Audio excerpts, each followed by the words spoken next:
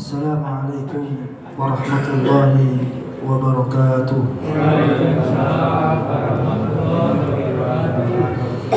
Alhamdulillah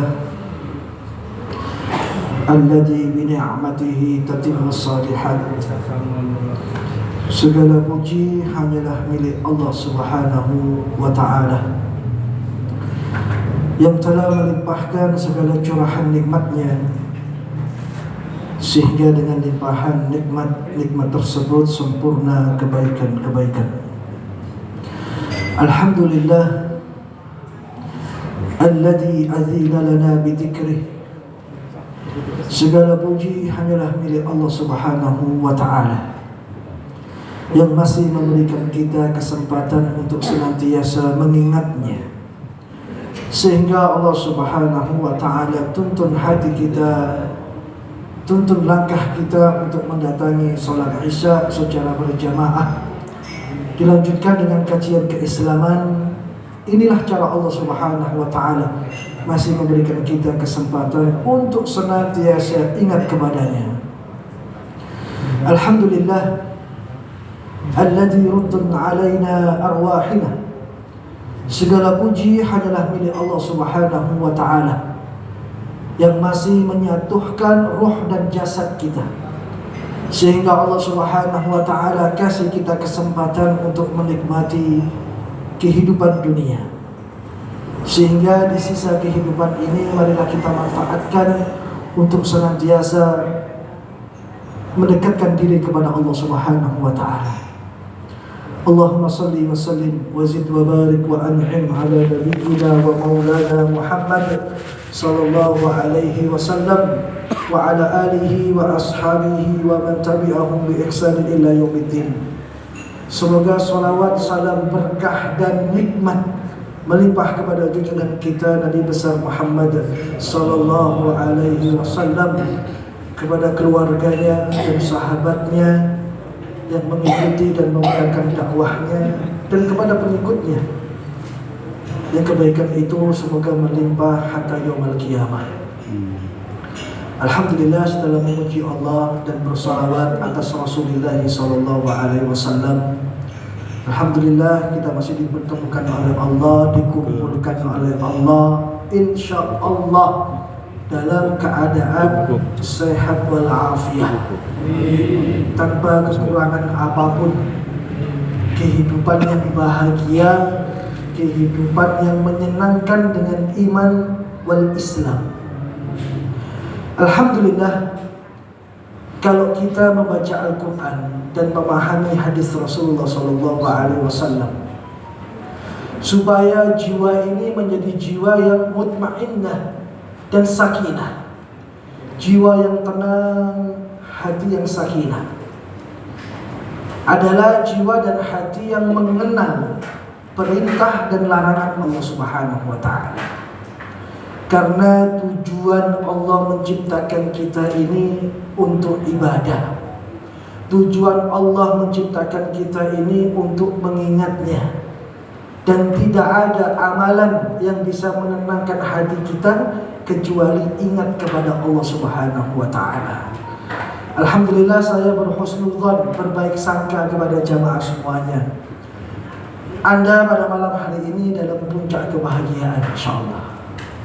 Anda pada malam hari ini di dalam puncak kesenangan. Bahagia dan senang masih bisa menikmati iman dan Islam dan ibadah. Alhamdulillah, antusias Anda semua ini di dalam melakukan ketaatan, insyaallah tidak berkurang dan tidak mundur satu langkah pun sampai Allah Subhanahu wa ta'ala anugerahkan husnul khatimah, insyaallah. Saya akan menyampaikan apa yang disampaikan oleh Rasulullah SAW. Beliau mengatakan dalam sepenggal hadisnya, "An-nar haqqun wal jannatu haqqun." Neraka itu benar adanya, dan surga itu juga benar adanya.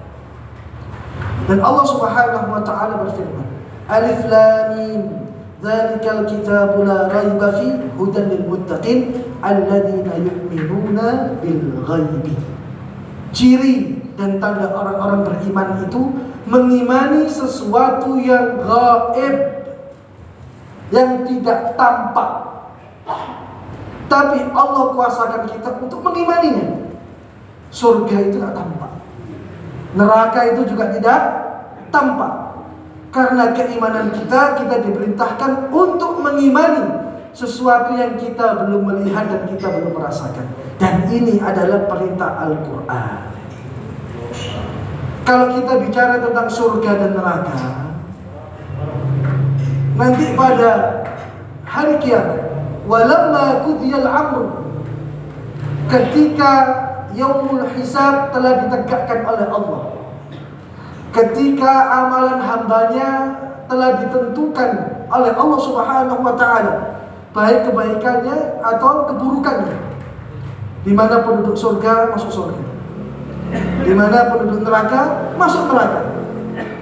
Ketika keadilan telah ditegakkan oleh Allah, di mana sisi letak keadilan Allah? Ketika Allah berfirman, "Faman ya'mal mithqala dzarratin khairan yara, wa man ya'mal mithqala dzarratin syarran yara." Apapun yang kita amalkan, kita lakukan dalam perbuatan dan tindakan di dunia ini, pasti nanti akan ada balasannya di sisi Allah Subhanahu wa ta'ala. Ketika penduduk neraka sudah menjadi ahli neraka, ketika penduduk surga sudah memasuki surga, Allah Subhanahu wa ta'ala berfirman dalam Al-Quran, A'udzu billahi minasyaitonir rajim, bismillahirrahmanirrahim. Wa nada ashabun nar ashabul jannah an afidhu alaina minal ma' aw mimma razaqakumullah innallaha harramahuma 'alal kafirin. Apa arti daripada ayat ini? Jamaah sekalian rahimani wa rahimakumullah. Allah Subhanahu wa ta'ala sampaikan kepada kita, umat Rasulullah sallallahu alaihi wasallam, akan terjadi perbincangan, akan terjadi dialog antara penduduk neraka kepada penduduk surga. Ini bukan dongeng, tapi ini menjadi sesuatu yang nyata yang nanti akan terjadi. Karena Al-Quran telah menyampaikan dan Allah telah berfirman di dalamnya. Wa nada ashabun nar. Nanti penduduk neraka itu meminta sesuatu, memanggil-manggil ashabul jannah, penduduk surga. Nanti penghuni neraka itu meminta dan memanggil penduduk surga. Ya ahlal jannah, wahai penduduk surga. Apa yang diucapkan, apa yang diminta penduduk neraka kepada penduduk surga? Siapa yang tahu? An afidhu alaina minal ma'. Penduduk neraka mengatakan, wahai penduduk surga, lemparkan minuman kepada kami. Lemparkan minuman kepada kami. Karena penduduk neraka ini merasakan haus yang sangat haus yang mereka tidak pernah merasakan di dunia. Sehingga mereka meronta-ronta meminta kepada penduduk surga, an afidu alaina minal ma'. Penduduk surga, kayak ono aku ini ngombe, lemparkan aku ini air dari surga. Karena mereka ingin meminum air surga. Au mimma razaqakumullah, wahai penduduk surga, lemparkan segala sesuatu, baik minumannya, baik makanannya, baik buah-buahannya kepada kami penduduk neraka. Dari apa yang direzekikan oleh Allah kepada kalian, wahai penduduk surga. Au mimma razaqakumullah. Karena penduduk neraka ini minum minuman yang tidak pantas mereka minum. Karena penduduk neraka ini makan sesuatu yang sebenarnya nggak pantas untuk mereka makan. Sehingga apa yang mereka minum, apa yang mereka makan akan menghancurkan perutnya. Sehingga mereka meminta secuil makanan dan seteguk minuman dari penduduk surga. Apa kata Allah Subhanahu wa ta'ala? ketika makanan itu akan dilemparkan, Allah mengatakan, innallaha harramahuma 'alal kafirin. Sesungguhnya Allah Subhanahu wa taala mengharamkan, melarang makanan-makanan dan minuman surga untuk penduduk neraka. Masya Allah. Dan ini sesuatu yang akan terjadi. Jadi kalau kita bicara tentang surga, tentang neraka, imani saja. Bisa jadi itu sesuatu yang nanti kita akan sampai kepadanya. Karena di akhirat itu manusia hanya akan bermuara pada dua muara saja. Kalau nggak surga ya neraka. Mereka masuk surga dengan amalnya, mereka juga akan masuk neraka dengan amalnya. Makanya Rasulullah SAW mengatakan, badiru bil a'mal. Hei umatku, cepat-cepat beramal. Ini menunjukkan seakan-akan memang tidak ada waktu bagi kita untuk menunda amal di dunia. Tidak ada waktu lagi. Sebentar lagi kita akan menghadap Allah Subhanahu wa taala. Jadi apa yang harus kita lakukan? Ibadah, ibadah, dan ibadah. Kalau Allah Subhanahu wa taala mengajak dialog neraka, neraka itu bisa ngomong. Ketika Allah mengatakan kepada neraka, wahai neraka, maukah aku tambahkan dari hambaku untuk menjadi penghunimu, kata Allah Subhanahu wa taala. Apa kata neraka? Ketika menjawab pertanyaan Allah, sampaikan kepadaku, masih ada tempat luang di neraka, aku mau menerimanya, kata neraka. Dan neraka ini meronta-ronta minta penghuninya. Ketika Allah tambahkan masih ada ruang tidak di neraka, neraka menjawab masih ada. Lemparkan sebanyak-banyaknya orang di dalamnya. Makanya Rasulullah SAW mengatakan, kalau anda minta surga, mintalah Jannatul Firdaus, mintalah surga Firdaus. Tingkatan-tingkatan surga yang paling tinggi, di mana berkumpulnya hamba-hamba Allah dari para rasul dan nabi dan orang-orang saleh, yaitu di Jannatul Firdausil A'la. Makanya Rasulullah sampaikan, idza sa'alta, kalau kalian minta surga, mintalah surga Firdaus. Allahumma inni nas'aluka al-Firdausal A'la. Ya Allah, aku minta kepadamu surga Firdaus yang tinggi. Surga Firdaus itu derajatnya, orang yang ada di dalamnya bisa melihat arsy-Nya Allah Subhanahu wa taala. Masya Allah, itu surga yang paling tinggi. Dan setiap hari mereka melihat Allah Subhanahu wa taala tanpa ada penghalang antara dia dengan Allah Subhanahu wa taala. Makanya penduduk surga yang lain selain Jannatul Firdaus, kalau kita baca kitab Rihla ilal Jannah, tamasya ke surga, kalau penduduk surga yang lain itu kalau ketemu Allah itu sepekan sekali, Pak. Setiap hari apa? Hari Jumat. Allah itu akan mampir kepada penduduk surga setiap hari Jumat untuk menyapa hamba-hambanya. Tidak ada penghalang antara penduduk surga dengan Allah Subhanahu wa taala. Alangkah bahagianya langsung melihat Allah tanpa ada pembatas. Bagaimana keindahan Allah Subhanahu wa taala. Tapi ada kekhususan. Kalau orang menjadi penduduk surga Al-Firdaus, maka setiap hari mereka melihat Allah Subhanahu wa taala tanpa ada penghalang antara pandangannya dengan Allah Subhanahu wa taala. Makanya kalau kita bahas tentang surga, tentang neraka, dua-duanya ada dan telah diciptakan oleh Allah Subhanahu wa taala. Yang dua-duanya itu luasnya lebih luas daripada dunia dan seisinya, langit dan seisinya, yang Allah sediakan untuk semua manusia, untuk semua hambanya. Mana yang beriman, mana yang tidak beriman. Kalau kita bicara tentang surga dan neraka, loh, tujuan kita ibadah itu apa sih? Untuk mengejar surga, ingin mendapatkan rahmat Allah Subhanahu wa taala. Kita beribadah itu tujuannya apa? Untuk masuk surga dengan mendapatkan rahmat Allah Subhanahu wa taala. Tak mungkin kita capek-capek ngaji, capek-capek ibadah kalau tujuannya tidak mendapatkan rahmat Allah dan masuk surga. Pasti itu, gak terbesit itu, terpatri dalam hati.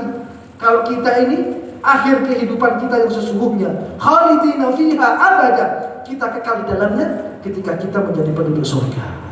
Masya Allah. Sehingga yang akan kami sampaikan ada 4 cara. Insya Allah ada 4 cara yang akan menjadikan kita ini menjadi penduduk surga. Dan ulama banyak menyampaikan tentang 4 hal ini. Apa yang harus kita lakukan kalau obsesi kita adalah surga Allah Subhanahu wa ta'ala? Kalau orang sudah masuk surga, zahabat kulla syai', segala sesuatu itu akan pergi. Baik itu kesedihan, kegundahan, kesusahan akan hilang. Dan di surga itu tidak akan ada kematian setelah kematian dunia. Dan di surga itu tidak ada orang tua, semuanya sama sebaya umurnya. Dan di surga itu tidak ada perkataan-perkataan kotor. Dan di surga itu mereka terjaga, penghuni surga, dari hal-hal yang mengganggunya untuk menikmati nikmat Allah Subhanahu wa ta'ala. Di surga itu maaf ya, gak ada buang air kecil, gak ada. Di surga itu gak ada buang air besar, gak ada.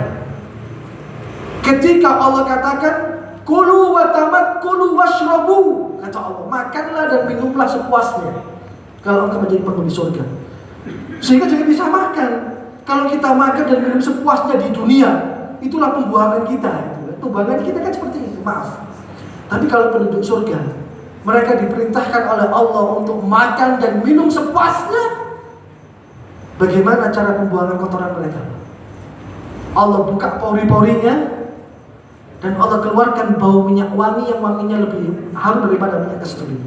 Itu cara buangnya kotoran penduduk surga. Ya. Pori-porinya dibuka sama Allah sehingga dikeluarkan keringat darinya. Yang keringat itu baunya lebih wangi daripada dunia dan seisinya. Masya Allah. Sehingga ada 4 cara bagaimana kita untuk menjadi penghuni surga Allah Subhanahu wa ta'ala.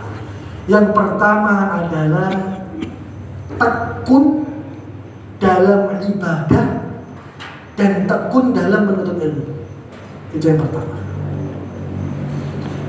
Tidak seharusnya kita menyia-nyiakan waktu kita di dunia ini untuk hal yang gak bermanfaat. Jangan.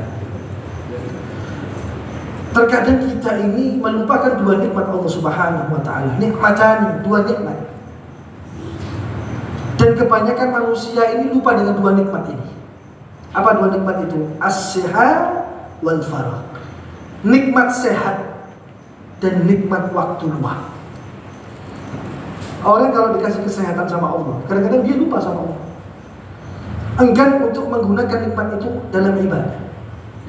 Kebanyakan kita ini Pak. Kita ini kalau ingat Allah kalau dalam keadaan sakit. Gimana Pak? Ya. Kita ini mau ingat Allah kalau kita sakit. Sakit baru ingat Allah. Sehingga ada pertanyaan, ketika sehat Anda kemana saja? Padahal ketika Allah hadirkan nikmat sehat, kita diperintahkan untuk ibadah. Karena nikmat itu akan ditanya oleh Allah Subhanahu wa ta'ala. Kalau Allah datangkan nikmat waktu luang, manfaatkan untuk ibadah. Belum tentu Anda akan mendapatkan waktu yang sama ketika Allah hadirkan waktu itu untuk Anda. Makanya kalau ada waktu luang, manfaatkan untuk ibadah.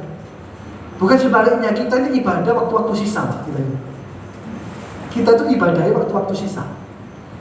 Makanya ibadah itu perlu untuk memunculkan energi yang positif, memunculkan semangat dan kekhusyukan. Kalau kita ibadahnya tenaga sisa, ini bahaya. Lah wis kewasel kalau kegiatan meneh budal masjid. Itu. Nanti akan ditanya sama Allah, ketika aku datang ke waktu luang, kalian kemana saja gitu. Kadang-kadang kita ini kalau rihlah, kalau jalan-jalan, kalau ada waktu luang, saking sibuk, awake dhewe, saking sibuknya dengan profesinya, dengan kerjanya. Kalau Allah kasih waktu luang, terkadang kita nggak manfaatkan waktu luang itu untuk ibadah, malah untuk jalan-jalan dengan keluarga. Cara berpikir orang beriman nggak demikian. Ketika ada waktu luang, manfaatkan untuk sebanyak-banyaknya melakukan ibadah. Karena itu termasuk nikmat yang akan dipertanyakan oleh Allah pada diri kita.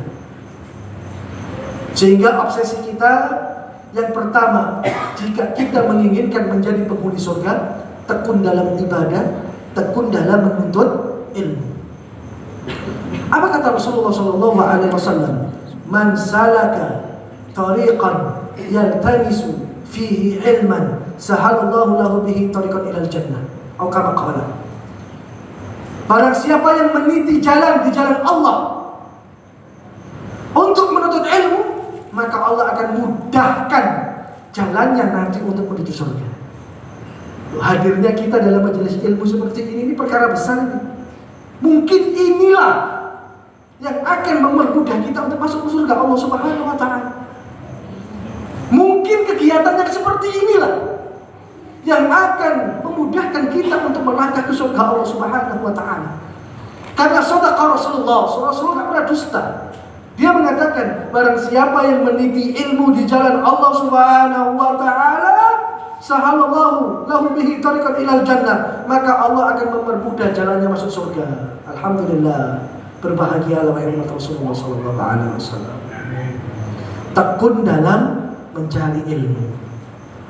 Karena kebaikan kita itu tergantung ilmu kita. Kita bisa anggun, bisa cantik, bisa ganteng itu karena ilmu kita, bukan karena paras kita.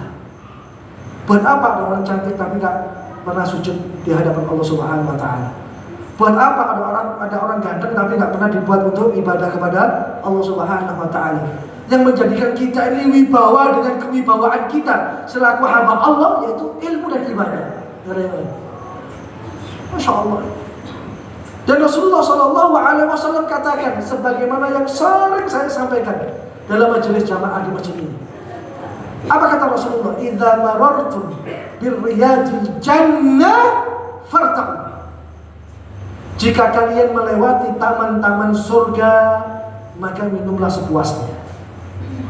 Ketika Rasulullah menyampaikan hadis ini, para sahabat bertanya, wa ma riyadul jannah ya Rasulullah? Apa yang engkau maksud dengan taman surga dunia ya Rasulullah? Hakikatnya, ya, riyadul jannah itu ya di surga yang sesungguhnya itu. Tapi Rasulullah mengisyaratkan ada taman surga dunia itu ada. Ketika sahabat bertanya, apa taman surga dunia? Qala Rasulullah, halikul dzikri, majelis-majelis ilmu. Jika engkau sampai duduk dalam majelis ilmu, farta'u, ambil manfaat sebanyak-banyaknya. Ambil manfaat sebanyak-banyaknya. Karena itu yang akan merubah jiwa kita. Karena ilmu yang akan merubah hati kita untuk jauh lebih baik lagi menjadi hamba Allah Subhanahu wa taala. Ilmu. Makanya ulama banyak menuliskan di awal kitabnya, dan mereka mengatakan al-ilmu qabla qawli wal amal. Ilmu itu sebelum ngomong dan sebelum beramal. Ilmu dulu, baru ngomong, baru amal. Makanya kalau Allah hadirkan kita kesempatan untuk hadir di majelis ilmu, manfaatkan, datang. Sesibuk apapun di kita, kalau bisa dahulukan yang ini gitu. Karena ini adalah bisa jadi amalan yang akan menyelamatkan kita dari azab Allah Subhanahu wa taala. Tekun dalam ibadah, tekun dalam mencari ilmu. Ini yang pertama. Masya Allah ya. Ketika saya setiap hadir di Masjid An-Nur ini, jamaahnya banyak, baik isya maupun subuh. Karena saya di sini hadirnya kadang-kadang subuh, kadang-kadang isya gitu kan. Gak ada di waktu yang lain. Kadang-kadang kalau saya safar itu mas ya, kalau belum sholat zuhur itu cobalah saya tak mampir dulu sebelum pulang sholat zuhurnya di Masjid An-Nur. Mungkin saya telat ya mungkin saya jamaah sendiri gitu kan. Ketika saya usahakan tepat waktu juga ada yang sholat lumayan banyak. Alhamdulillah.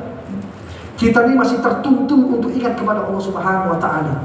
Kita masih mengetahui ilmu yang telah kita dapatkan menuntun diri kita untuk ingat kepada Allah Subhanahu wa taala.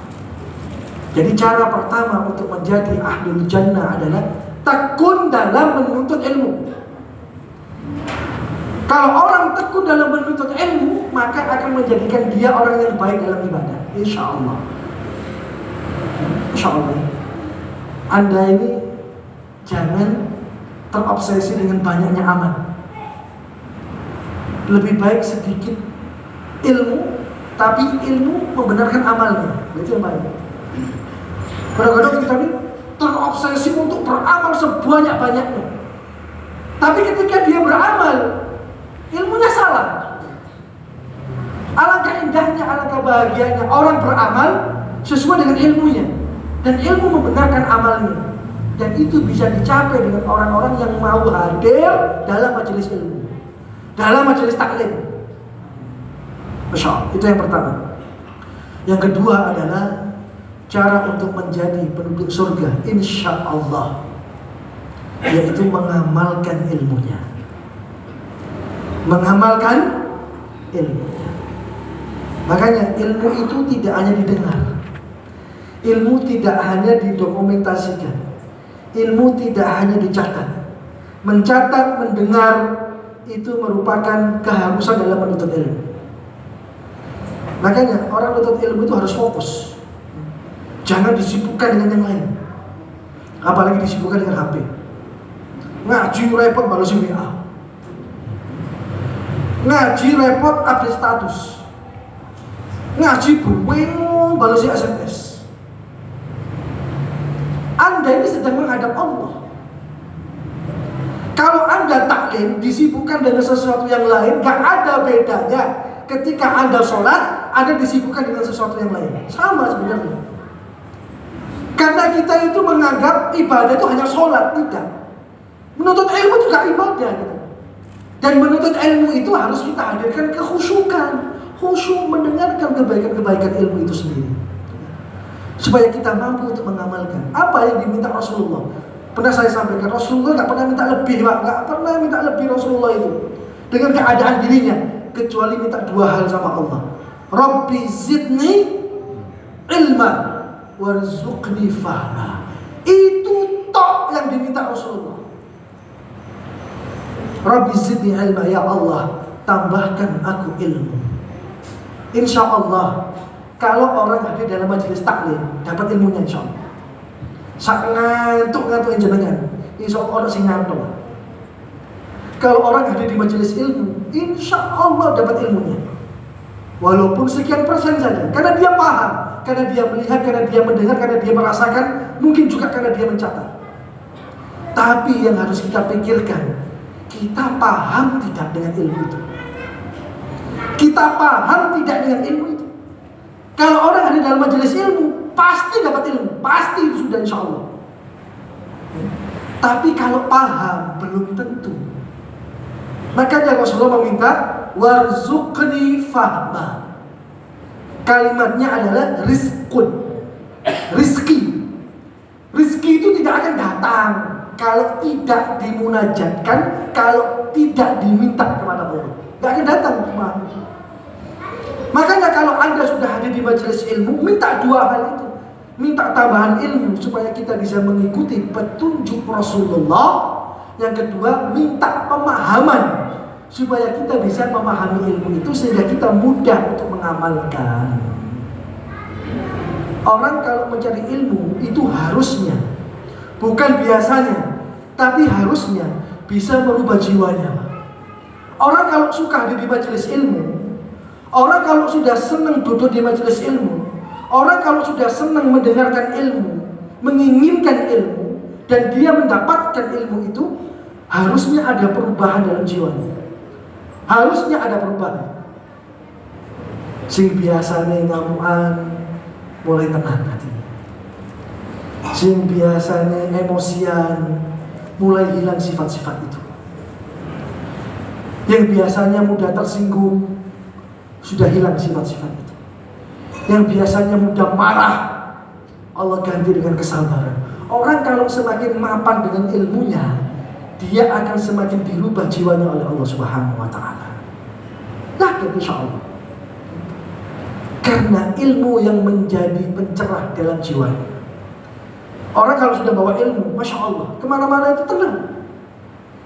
Karena orang berilmu itu bisa melangkah dan dia bisa membedakan ini haram, ini halal, ini sunnah, ini bid'ah. Oh ini surga, oh ini neraka, oh ini hak, oh ini batil. Orang berilmu itu bisa membedakan itu. Karena dia tidak sembarangan beramal. Kalau itu kebaikan, dia akan amalkan. Kalau itu keburukan, dia akan jauhi keburukan itu. Karena apa? Karena ilmunya. Masya Allah. Bukan karena dia pintar, tidak. tidak? Karena Allah bimbing jiwanya dengan ilmunya. Makanya betapa senangnya orang menuntut ilmu, mampu dan dimudahkan oleh Allah untuk mengamalkan ilmunya. Itu Masya Allah itu. Gak sembarangan orang bisa melakukan itu. Dia ngaji, tapi amalnya tertata dengan baik.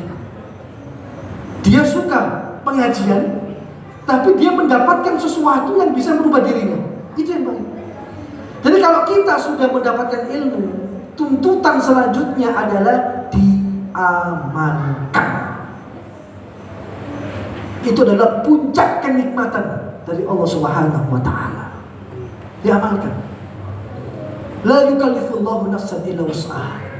Tetap Allah tidak akan membebani kalian dengan beban yang kalian tidak mampu, bahkan sakit untuk memikulnya. Tapi ketika Allah kasih kita kemudahan-kemudahan untuk mengamalkan ilmu kita, itu juga merupakan satu nikmat Allah Subhanahu wa taala. Insyaallah ya. Ketika Allah katakan inna salata kanat 'alal mu'minina kitaban mawquta. Salat itu waktunya telah ditetapkan oleh Allah Subhanahu wa taala.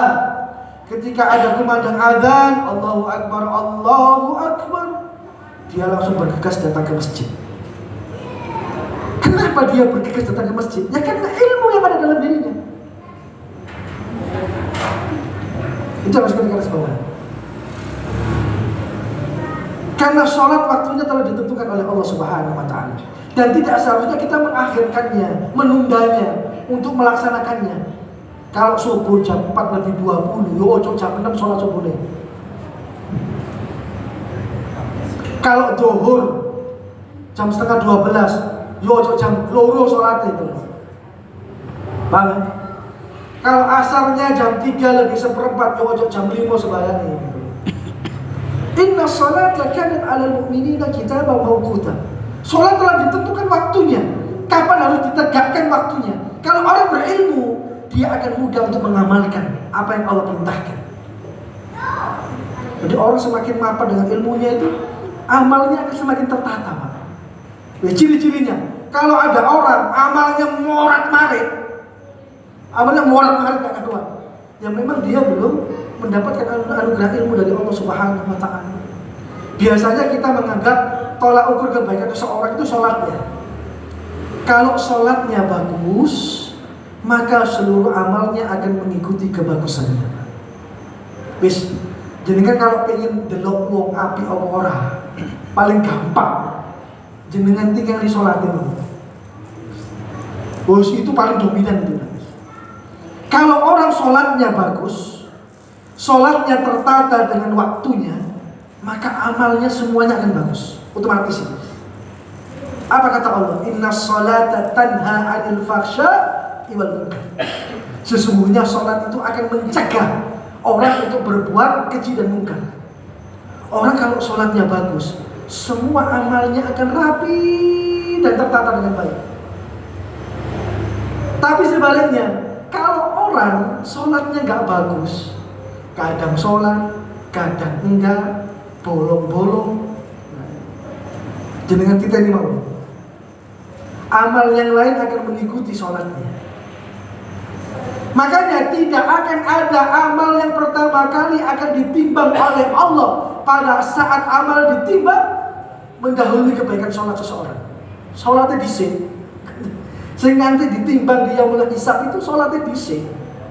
Kudu haji nih, kudu umroh nih, kudu sedekahnya, bukan puasanya, bukan jihadnya, bukan kurbannya, tapi sholatnya. Sholatnya dulu.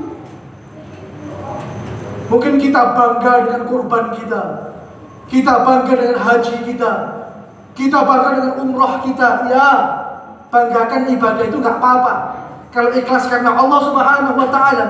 Tapi kalau kita gak sholat, apa yang mau dibanggakan?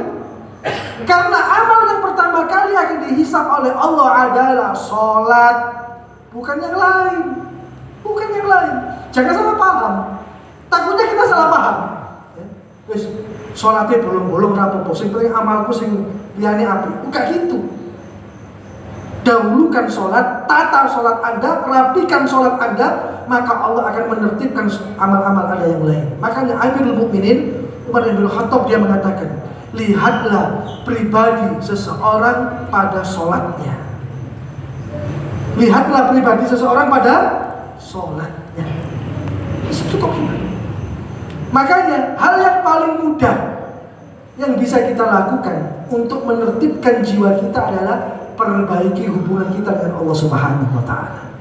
Perbaiki hubungan kita dengan Allah Subhanahu wa taala. Yang kedua ini syarat untuk menjadi penduduk surga atas izin Allah, biidznillah, mengamalkan ilmu dengan sebaik-baiknya. Termasuk di dalam mengaplikasikan sholat. Termasuk dalam mengaplikasikan sholat itu sendiri. Mulai sekarang Bapak dan Ibu sekalian, saya juga berwasiat kepada diri saya sendiri.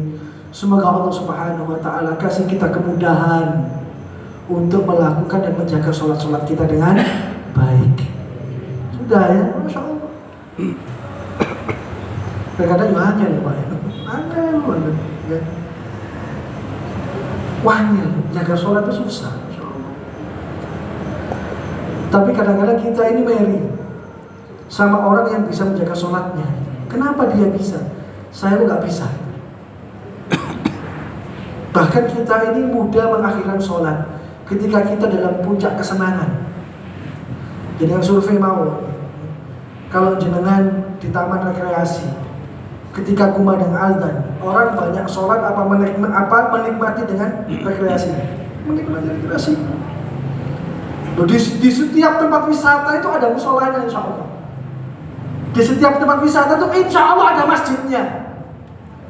Tapi ketika azan dikumandangkan di saat kita dalam puncak kebahagiaan, kadang-kadang kita juga nang masjid. Sik wise. Masjidnya wis ono, musholane wis ono, muadzine wis ono. Tapi tatkala kita disibukkan dengan kesibukan dunia, yuk kadang-kadang gak takon. Saking senangnya menikmati apa yang dia lihat, apa yang dia rasakan. Lalu kalau saya saya lihat itu mesti ya, lebih banyak orang meninggalkan masjid daripada sekedar menikmati jalan-jalan saja. Jadi semoga yang kedua ini bisa menginspirasi kita mendapatkan ilmu, dan semoga Allah kasih kita pemahaman, dan semoga Allah mudahkan kita untuk mengamalkan ilmu kita. Yang ketiga, rajin memberikan nasihat kepada orang lain. Ini sarana untuk membawa kita masuk surga, insyaallah. Rajin memberikan nasihat kepada orang lain. Apa kata Rasulullah SAW? Khairun nas anfa'uhum linnas. Sebaik-baik kalian adalah yang bisa memberi manfaat kepada yang lain. Saya bahas saja dalam lingkungan keluarga. Lingkungan keluarga. Ketika datang seseorang bertanya kepada Rasulullah SAW, ya Rasulullah, man najah? Datang seseorang tanya sama Rasulullah, ya Rasulullah, sukses itu apa ya Rasulullah?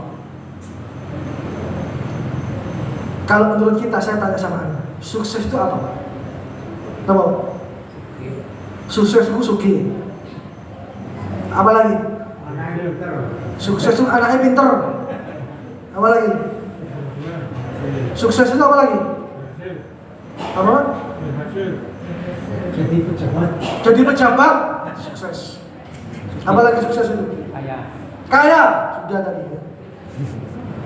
Itu kan menurut kita itu kan. Ukuran sukses itu hartanya banyak, kedudukannya tinggi. Itu baru dikatakan sukses. Wah, wong iku lho sukses, masya Allah. Perusahaannya banyak, tanahnya berhektar-hektar, anaknya sukses kabeh. Itu ukuran kita sukses. Tapi tidak menurut Rasulullah. Ketika datang seseorang tanya kepada Rasulullah, ya Rasulullah, man najah? Ya Rasulullah, sukses itu apa sih? Sukses itu ada 3 menurut Rasulullah. Yang pertama, wahfid lisanak, jaga jaga lisanmu. Itu sukses. Kesuksesan menurut Islam adalah orang yang mau dan mampu menjaga lisannya dari keburukan. Lisan itu Pak. Sehingga Rasulullah SAW pernah berwasiat kepada Mu'ad bin Jabal, ya Mu'ad, wahai Mu'ad. Bayangkan Rasulullah kalau ngasih pelajaran gak tanggung-tanggung Pak. Ketika dia mengajarkan kepada Mu'ad, ya Mu'ad, Rasulullah sambil menarik lisannya. Lisannya ditarik Rasulullah itu. Ditarik. Alaika bihada. Hei Mu'ad, hati-hati ambil sing siji Mu'ad. Ya Mu'ad, hati-hati ambil sing siji, ilang hati-hati. Kata Rasulullah. Karena yang banyak memasukkan manusia ke neraka Allah adalah lisan. Hati-hati. Kadang-kadang kita gak sadar menyakiti orang dengan lisan kita. Kadang-kadang kita gak sadar mencederai perasaan orang lain dengan lisan kita. Kadang-kadang kita gak sadar membuka aib orang lain dengan lisan kita. Hati-hati. Jadi sukses yang pertama adalah mampunya kita menjaga lisan. Hati-hati di sisi bahaya lagi dikontrol. Waduh wis. Lisan kita. Hati-hati. Yang kedua, sukses itu apa? Wabki ala khati'atik. Sukses itu kalau panjenengan bisa menangisi dosa dan maksiat. Itu sukses. Kalau jenengan sakit nangis, bisa nangis, menyesali maksiat dan dosa, itulah kesuksesan.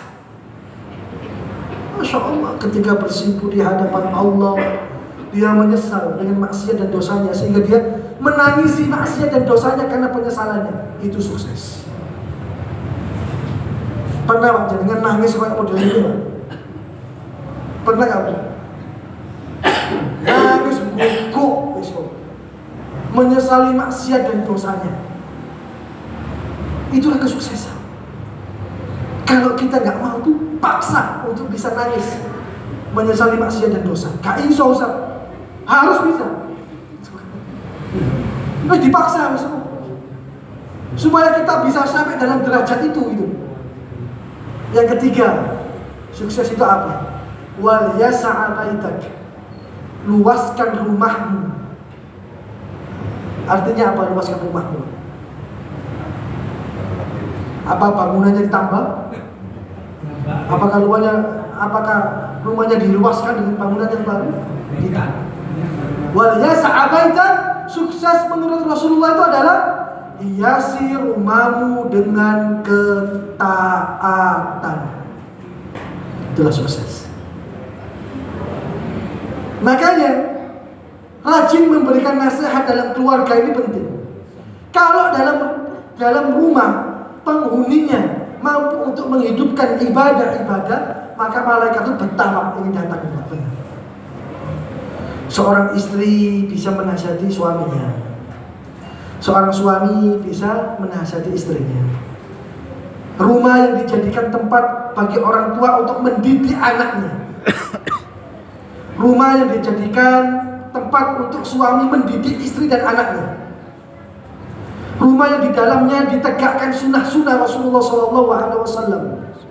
Rumah yang di dalamnya senantiasa dibacakan Al-Quran. Rumah yang senantiasa di dalamnya diajarkan ketaatan-ketaatan kepada Allah. Misalnya, kadang-kadang saya menyampaikan, anak kita ini paling tidak iso moco Al-Fatihah teko panjenengan ibu dan bapaknya. Jangan sampai dari guru TPA-nya.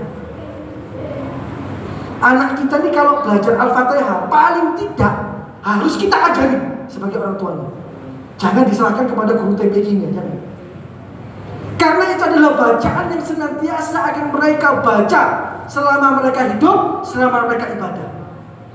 Dan kebaikannya akan melimpah kepada kita yang mengajarkannya. Sedih kalau ada bapak, kalau ada ibu, anaknya bisa baca Al-Fatihah dari guru TPA-nya. Itu menyedihkan sekali. Bayangkan saya tanya sekarang, Kalau anak kita baca Bismillahirrahmanirrahim, saya sampai jam berapa itu? Selesai? Sampai jam berapa? Dari Sudah? 9. Dari jenengan. Jam 9? Sampai jam berapa Mas? 8:15 ya? Bismillah. Oh, setengah 9. Pokoknya sampai nggak ngantor nggak apa-apa. Aku ngomong sampai ngantor terus bingung. Terus ijab, Kak Barbar. Bismillah. Kalau anak kita baca Bismillahirrahmanirrahim, saya tanya sama Anda, dalam bacaan Bismillah itu ada berapa huruf? Dalam bacaan Bismillah itu ada berapa huruf?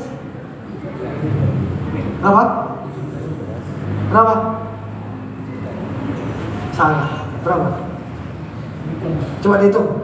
Bismillahirrahmanirrahim. Loh, ini saya ajarkan ini benar. Supaya kita itu perhatian. Berapa? 19. Ada 19 huruf dalam Bismillahirrahmanirrahim.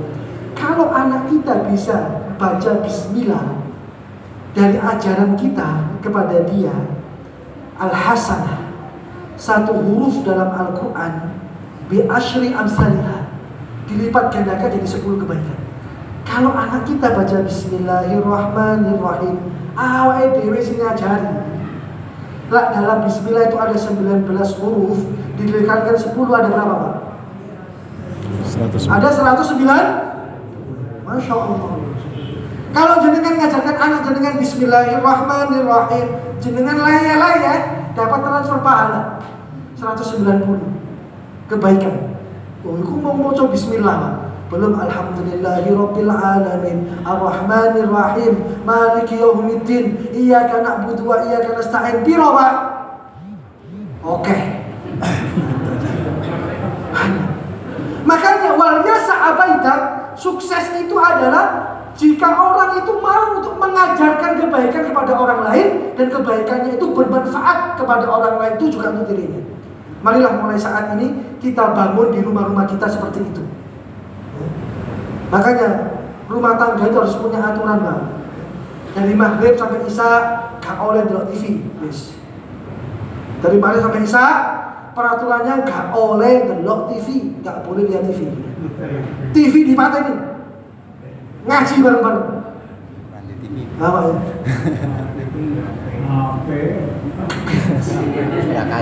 HP ya. Orang kaca ke HP. Makanya waktu-waktu ideal untuk kita itu menjadikan rumah kita itu harmonis, kita sebagai penghuninya, paling tidak sekalipun wangel, coba dicoba. Dari maghrib sampai isya nggak ada aktivitas lain kecuali ngaji. Berkah rumah Anda insyaallah. Bener. Makanya rumah isinya uring-uringan, suami nggak betah di dalamnya, anak nggak betah di dalamnya, ya mungkin tidak ditegakkan ketaatan di dalamnya gitu. Alangkah bahagianya kalau istri, anak, suami betah di rumah semuanya gitu. Banyak sekalipun jenengan punya TV, kalau pada sampai isya, ini sih ngaji apa? Kalau sudah azan, semua diajak ke masjid. Kalau subuh, anaknya dibuka. Jangan ke masjid, anaknya turun. Jangan. Anak saya masih kelas 5 SD, Pak. Tapi kalau subuh, wis dieret-eret ke harus bangun sholat jamaah subuh di masjid. Ngantuk ya apa harus dipaksa. Makanya membangunkan anak saya itu 20 menit sebelum adzan. 20 menit adzan bengi, adzan. Iku kudu wis tangi dhisik wong tuane. Oprak-oprak tangi. Nah, wis tangi alhamdulillah perjuangan sudah selesai. Ya, tinggal nuntut ke masjid. Kenapa? Dibiasakan. Anak saya yang kelas 1 SD, umur 7 tahun. Karena jika anakmu sudah sampai umur 7 tahun, ajarilah sholat. Ya. Makanya kalau sholat 5 waktu, yang anak saya nomor 3, umur 7 tahun, kelas 1 SD itu, nggak boleh telat. Sholatnya khusyuk, nggak khusyuk, yang penting sholat dulu. Yang penting waktu sholat. Sudah. Diuncali ruku, diuncali mukena. Sholat. Sudah. Wudu. Pertama masih susah. Waktu berikutnya agak susah. Lama-lama mudah. Alhamdulillah. ya, tidak disuruh pun wudu sambil ruku.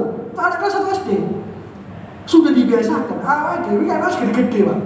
Ya, terus kuliah, terus SMA, tanggung jawab Anda semuanya akan ditanya sama Allah. Makanya walanya sahabaitan, luaskan rumahmu, hiasi dengan ketaatan-ketaatan. Jalan untuk menuju surga adalah kalau penghuni rumah satu dengan yang lain mau untuk saling memberikan nasihat yang baik. Masya Allah. Masya Allah, dulu itu kebiasaan orang tua kita dulu. Kalau jenengan mungkin sebagai pelaku ya, bapak dan ibu-ibu sekalian ini. Dulu itu abah saya itu mesti kalau setelah sholat subuh itu baca Quran, sama kayak bapak-bapak ini. Tapi baca Quran itu di jejere kamar anaknya, dibanter-banter. Alif lam mim dalikal kitabul la raiba fi hudal lil muttaqin. Bin anaknya tani. Dibanter. Karena rumah saya kan tiga tingkat itu kan. Di tingkat 2 ada kamar, di tingkat 3 juga ada kamar. Kadang-kadang abah saya itu dari bawah ke lantai 2 ngajinya dibanter-banter. Naik ke lantai 3 di kamar kakak saya ngajinya dibanter bisa. Bintani. Jadi munggah mudun lantai 1, lantai 3 itu ngaji. Ya. Baca Quran sambil bawa Quran ngajinya dibanter. Ambil gedor-gedor lawang gitu Pak. Salat subuh. Bismillahirrahmanirrahim. Pertama terganggu, ya Allah saya ngantuk. Lama-lama karena menjadi kebiasaan ya sudah. Menjadi tanggung jawab sebagai orang Islam, sebagai orang beriman. Waliyah sahabaitan, itu yang dimaksud. Bangun rumahmu dengan ketaatan-ketaatan. Jangan sampai kita membiarkan salah satu dari penghuni rumah tertinggal dalam ketaatan. Jangan sampai. Kalau yang satu soleh, semua harus soleh. Yang satu alim, semua harus alim. Jangan kita bapaknya yang alim, tapi istri dan anaknya gak alim, jangan. Jangan kita bapaknya yang soleh, tapi istri dan anaknya gak soleh, jangan. Waliyah sahabaitan. Jadi rajin, mau untuk mulai membangun komunikasi dalam memberikan nasihat kebaikan kepada penghuni rumah yang satu dengan yang lain. Mulai, bismillah. Karena sarana itulah yang akan bisa menyelamatkan kita masuk surga. Apa kata Allah? Ya ayyuhalladzina amanu qu anfusakum wa ahlikum nar. Orang-orang yang beriman, selamatkan dirimu dan keluargamu dari siksa api neraka. Kudu awake dhewe tok dan keluarga. Mulai kita bangun pelan-pelan. Coba kita pelan-pelan kita nasihati hal-hal yang baik. Masya Allah. Saya itu gak gengsi Pak. Kalau dibangunkan istri saya untuk sholat malam bangun subuh itu gak gengsi. Yo kadang-kadang itu kan. Berusaha untuk tangi duluan, mesti keduluan istri dulu. Tapi tidak tertinggal dalam kebaikannya. Bismillah bareng-bareng. Kalau jenengan datang ke masjid, pintu rumah itu dipastikan kosong penghuninya. Kabeh nang masjid ini Pak, maksudnya Pak. Kalau datang waktu pengajian, dipastikan rumahnya dikunci, gak ada orang, semua ikut pengajian. Tapi dibangun secara berproses, pelan-pelan. Supaya kita mendapatkan nilai kesuksesan yang sebenarnya menurut Rasulullah SAW. Jadi ciri yang sarana yang ketiga yang bisa membawa kita ke surga Allah, jika seseorang itu mampu membangun keluarganya dengan ketaatan. Karena ayatnya ya ayyuhalladzina amanu qu anfusakum wa ahlikum nar. Yang terakhir, apa yang bisa memasukkan kita dalam surga? Doa.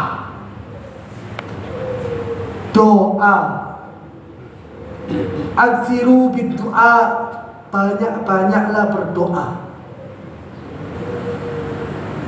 Karena sifat tabiat daripada doa itu mesti dikabulkan sama Allah. Ini pernah saya sampaikan, saya ulang lagi, karena masuk dalam materi ini. Jangan pelit berdoa, semakin berdoa sama Allah. Makanya Imam Hasan Al-Basri dia mengatakan, fa'aksiru bil istighfar, banyak-banyaklah istighfar, fi buyutikum, di omamu sing akeh istighfar, fi tariqikum, di jalan-jalan kalian akeh no istighfar, ya. Fi majalisikum, di majelis-majelis kalian akhirnya istighfar. Fi Fisuqikum, di pasar-pasar kalian banyak-banyak istighfar. Fi ayyi makanin kana fa'aksiru istighfar. Di dalam setiap tempat kalian berada banyak-banyak istighfar. Itu kata Imam Hasan Al-Basri. Kenapa kita diperintahkan banyak istighfar? Kalau istighfar kita 100 Pak, paling gak sing nyantol siji. Nah, itu maksudnya seperti itu. Kalau istighfar kita 1, gak nyantol itu masalah. Kalau istighfar kita 1000 kali, paling gak yang nyantol 10 lah lumayan. Makanya fa'akthiru istighfar, banyak-banyak istighfar atau banyak-banyak doa.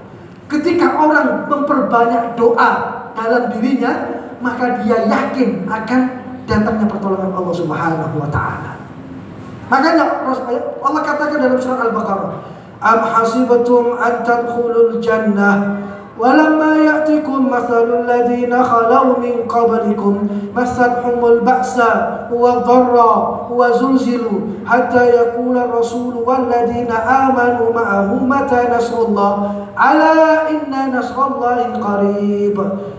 Kan manusia, apa kalian akan menyangka masuk surga, kata Allah. Ojo nyangka-nyangka masuk surga sebelum datang ujian kepada kalian. Sebagaimana Allah menguji kaum-kaum terdahulu dengan paceklik, dengan kemarau yang panjang, gak kunjung datang hujan, gagal panen, banjir, gunung meletus, tsunami, angin puting beliung dan sebagainya. Diuji dulu sama Allah.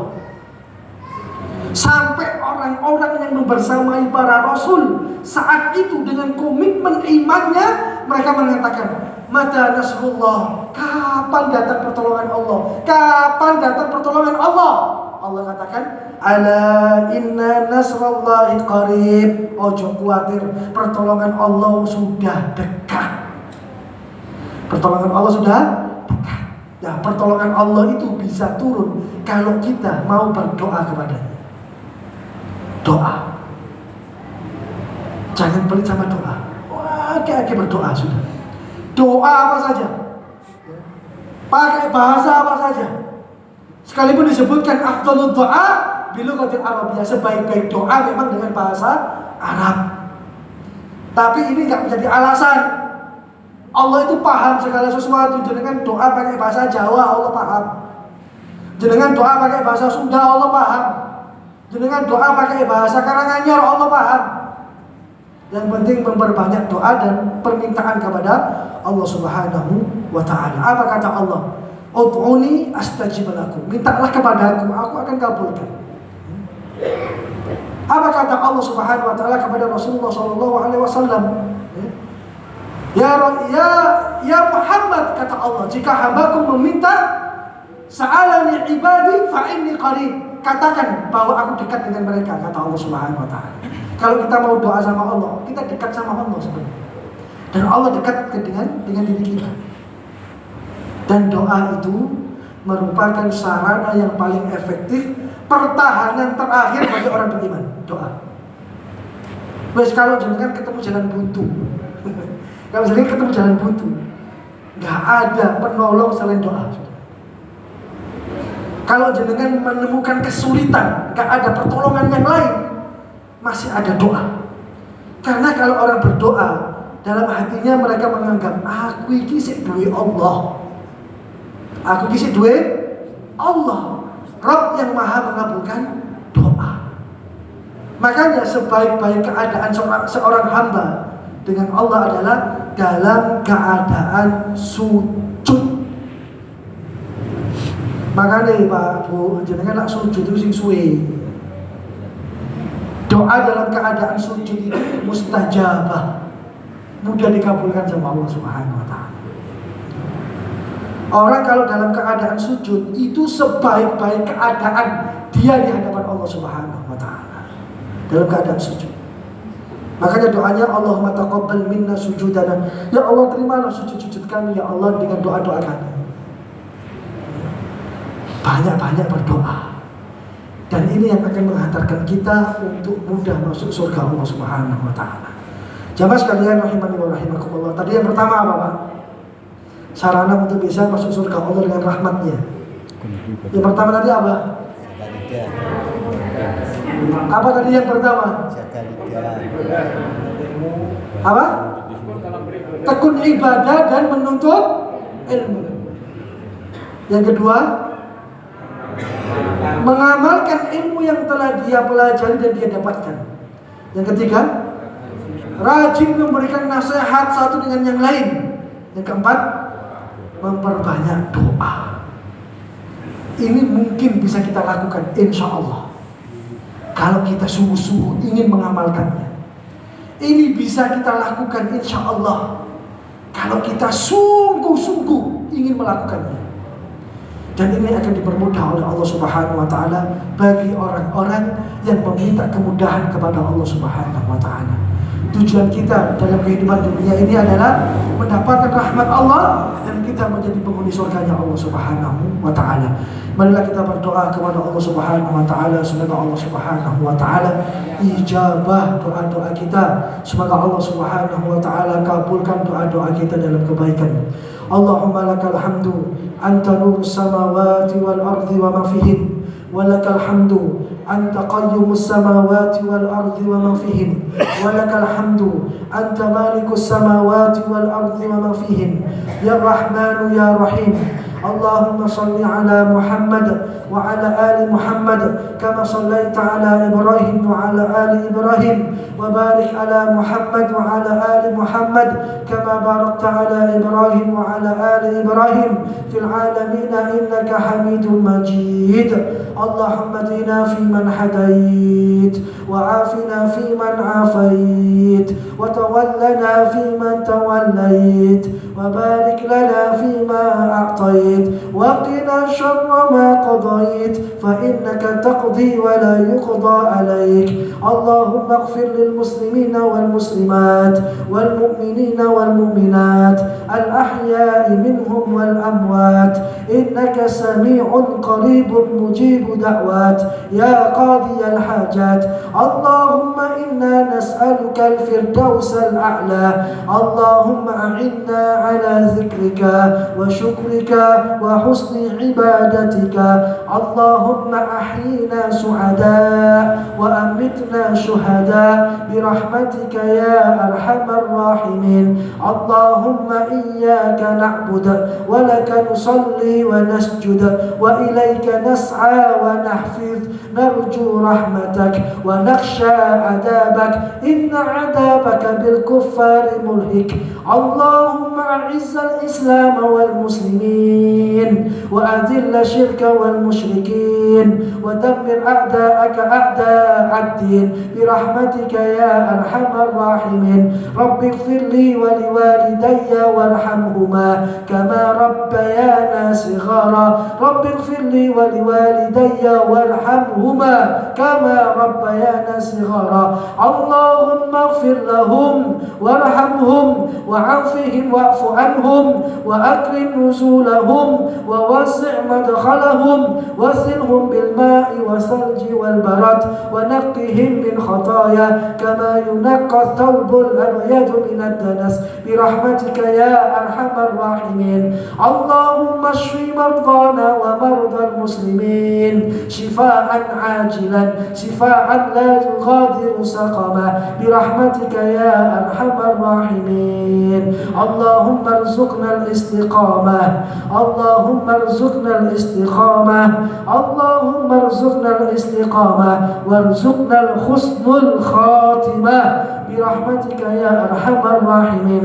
اللهم إنا نعوذ بك من عذاب جهنم ومن عذاب القبر ومن فتنة المحيا والممات ومن شر من فتنة المسيح الدجال برحمتك يا أرحم الراحمين.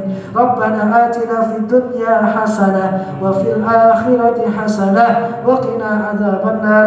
وصلى الله على نبينا محمد وعلى آله وصحبه وسلم والحمد لله رب العالمين. سبحانك اللهم ربنا وبحمدك أشهد أن لا إله إلا أنت أستغفرك وأتوب إليك. السلام عليكم ورحمة الله وبركاته.